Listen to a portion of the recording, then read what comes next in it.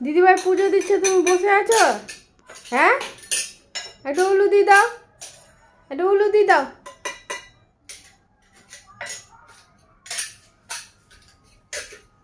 একটু উলু দিয়ে দাও, বসে থাকলে হবে? চুপ করে বসে আছে দিদিভাই, পুজো দিচ্ছ চুপ করে বসেছে। একটু টিপ পড়ি দে, ঠাকুরের টিপ পড়ি দে, একটু ফোঁটা দি দে ঠাকুরের।